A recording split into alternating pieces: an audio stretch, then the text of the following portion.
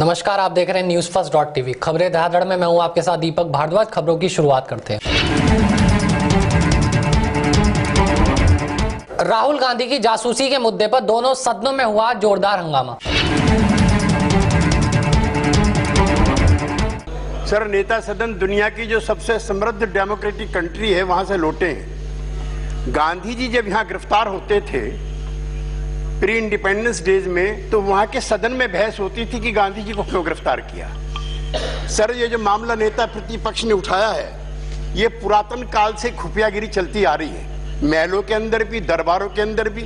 लेकिन ब्रिटिश राज के अंदर जो हमारे नेता आजादी की लड़ाई में लगे हुए थे, उनके खिलाफ एस्पाइनेज और जासूसी होती थी। उसके बाद सर 1971 के बाद हमारे और नेता सदन के जो संयुक्त नेता थे, उनके खिलाफ भी जासूसी के लंबे चौड़े किस्से सुनने को उस समय मिलते थे, खासतौर से आपातकाल के दौरान, उससे पहले भी। लेकिन सर, इधर जब से ग्लोबलाइजेशन हुआ है, कॉर्पोरेटाइजेशन हुआ है, उसके बाद से ये गतिविधियां बढ़ी हैं, पॉलिटिकल लोगों पे भी और जो कॉर्पोरेट सेक्टर की वार है उसके अंदर भी। दिल्ली पुलिस के कमिश्नर बीएस बस्सी ने गृह मंत्रालय के वरिष्ठ अफसरों और गृह राज्य मंत्री किरण रिजिजू को इस मामले की पूरी जानकारी दी। कांग्रेस नेता आनंद शर्मा और राज्यसभा में विपक्ष के नेता गुलाम नबी आजाद ने सरकार की नीयत पर सवाल उठाए हैं। मैं ये सरकार से पूछना चाहता हूं कि माननीय गृह मंत्री जी आए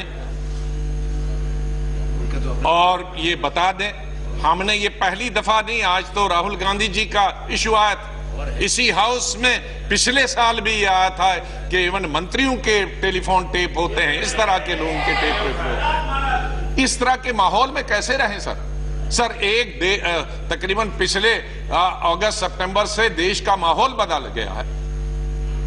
रिलीजियस लेवल पे एक्टिविटीज कम हो गई हैं, उन पे दबाव आ रहा है।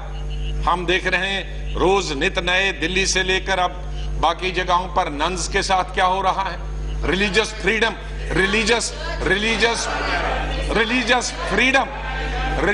फ्रीडम कम होती रह रही है।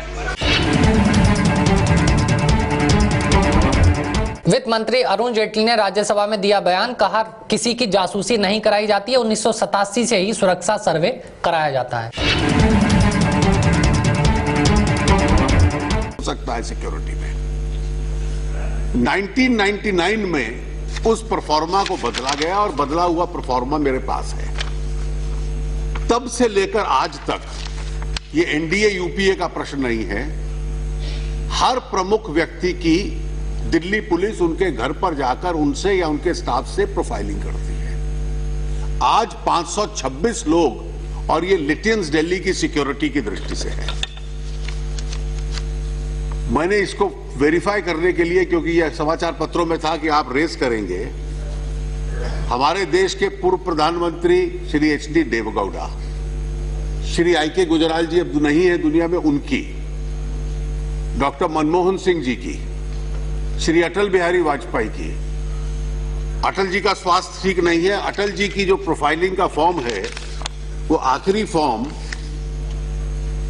9 जून 2011 को दिल्ली पुलिस ने भरवाया उनके घर जाकर। कांग्रेस पार्टी की अध्यक्षा 1998 में उनका प्रोफाइलिंग फॉर्म हुआ, और क्योंकि इंपॉर्टेंट वीआईपीज हैं, सोनिया जी का अक्टूबर 2004 यूपीए की सरकार में हुआ, 2009 में हुआ, 2010 में हुआ, 2011 में हुआ, 2012 में हुआ। लाल कृष्ण आडवाणी, सुषमा स्वराज, सोनिया गांधी जैसे नेताओं की भी जानकारी ली गई है। वित्त मंत्री अरुण जेटली ने कहा कि सुरक्षा के मामले में सदन में राजनीति ना हो, कांग्रेस ने सदन से वॉकआउट किया।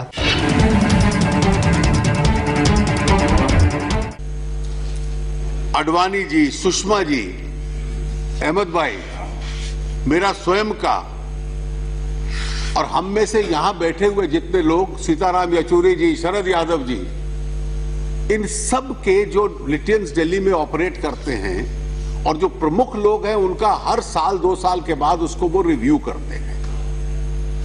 और इसलिए इस रिव्यूइंग में उनकी नॉर्मल एक्टिविटीज क्या हैं, वो सैर करने कहां पर जाते हैं, उनकी कंपनी क्या है, कपड़े क्या पहनते हैं, कि किसी इमरजेंसी में इन विषयों की जरूरत हो सकती है, ये आंखों का रंग कैसा है, ये पुलिस की सिक्योरिटी प्रोफाइलिंग के लिए वो इकट्ठा करते हैं। ये कोई पिछले 14 मार्च को शुरू नहीं हुआ राहुल जी के संबंध में, ये 1987 से लिखित रूप में चल रहा है, 99 से ये प्रेजेंट परफॉर्मा चल रहा है, और आज भी 526 लोगों का ये प्रेजेंट परफॉर्मा दिल्ली पुलिस के पास है। राहुल जी के यहां जब गए हैं उससे कुछ समय पहले नरेश अग्रवाल जी के यहां भी जाकर उन्होंने ये डिटेल ली। जिस दिन राहुल जी के यहां गए उस दिन बीजेपी के एक नए सांसद हैं दूसरे सदन से, रमेश विधुरी, उनके घर से मिली। तो इसलिए ये transparent security profiling Delhi police का स्पेशल ब्रांच करता है। इसका स्नूपिंग से, जासूसी से कोई ताल्लुक नहीं है। जासूसी के लिए जाना हो तो उनके घर जाकर उनके स्टाफ से पूछेंगे क्या ये जासूसी है क्या? भूमि अधिग्रहण बिल के खिलाफ कांग्रेस के यूथ कार्यकर्ताओं ने किया देशव्यापी प्रदर्शन। प्रधानमंत्री नरेंद्र मोदी के चुनावी अभियान पर लिखी गई किताब में कई दिलचस्प बातों का जिक्र किया गया है। किताब का नाम the Modi effect inside Narendra Modi campaign to transform India है। आम आदमी पार्टी ने पूर्व विधायक राजेश गर्ग को पार्टी की प्राथमिक सदस्यता से सस्पेंड कर दिया है। राजेश गर्ग पर आरोप है कि उन्होंने पार्टी संयोजक अरविंद केजरीवाल पर एक स्ट्रिंग जारी किया था। दिल्ली के मुख्यमंत्री अरविंद केजरीवाल प्राकृतिक उपचार कराकर बेंगलुरु से वापस लौटे।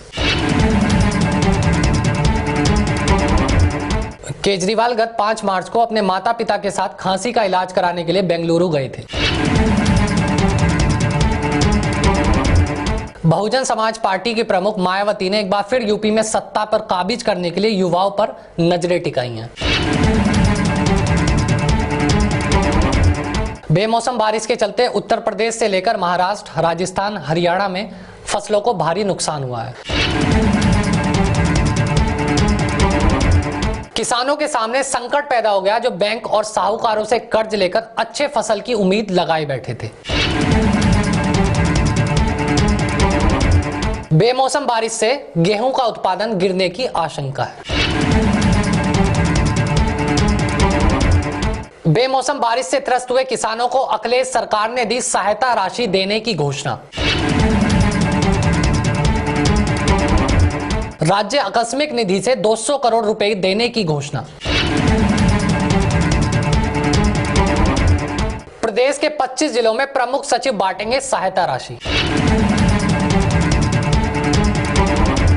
असम के मुख्यमंत्री तरुण गोगोई ने भाजपा नेता सुब्रह्मण्यम स्वामी को अपने राज्य में प्रवेश न करने पर किया विचार। जेडीयू अध्यक्ष शरद यादव की महिलाओं के खिलाफ टिप्पणी का मुद्दा आज लोकसभा में उठा। बीजेपी नेता और केंद्रीय मंत्री रविशंकर प्रसाद और मानव संसाधन विकास मंत्री स्मृति ईरानी ने मामले में शरद यादव से टिप्पणी वापस लेने और माफी मांगने के लिए कहा। तो शरद यादव जी बहुत ही वरिष्ठ नेता हैं, वरिष्ठ सांसद हैं। उन्होंने सादे रंग को लेकर एक टिप्पणी की और उसके बाद दक्षिण भारतीय महिलाओं के बारे में एक टिप्पणी की। उस टिप्पणी में मुझे भी कई जगह दिखाया गया कि मैं चुप रहा। मैं उनके इन विचारों से अपने को बिल्कुल असहमत करता हूं। अच्छा, प्लीज मैं अपनी बात कह रहा हूं। Please no, please listen. I want to listen to the minister. I want to listen to the minister. If the minister wants to say something, I want to listen. Sir, point of view. This issue is very serious. Now, Tyagi ji, I allowed the minister. He wanted to say something. I allowed the minister. He's a cabinet minister. I allowed him. And I completely dissociate. I completely disapprove of the comment. We all of us must respect the women, their dignity, and I will appeal to Sharad Yadav. It is a personal explanation. Withdraw this comment. No, it is a personal explanation. Sharad Yadav ji to kindly withdraw this comment संविधान इसको withdraw करेंगे तो उनका कद बड़ा होगा। Comments about the color of any woman's skin. My request is, sir, you are a senior member of the House. There is a very wrong message going to the rest of the country. I appeal to you, please do not make comments about the color of any woman's skin in this country. Please. Okay, now. I beg you not to do this, Sharad.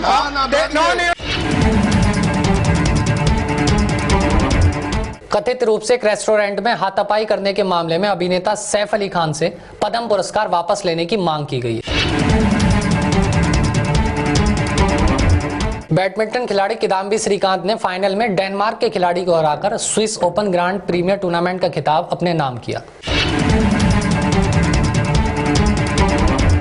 फिलहाल खबरें धादड़ में मुझे दीजिए इजाजत, कल फिर होगी मुलाकात। नमस्कार।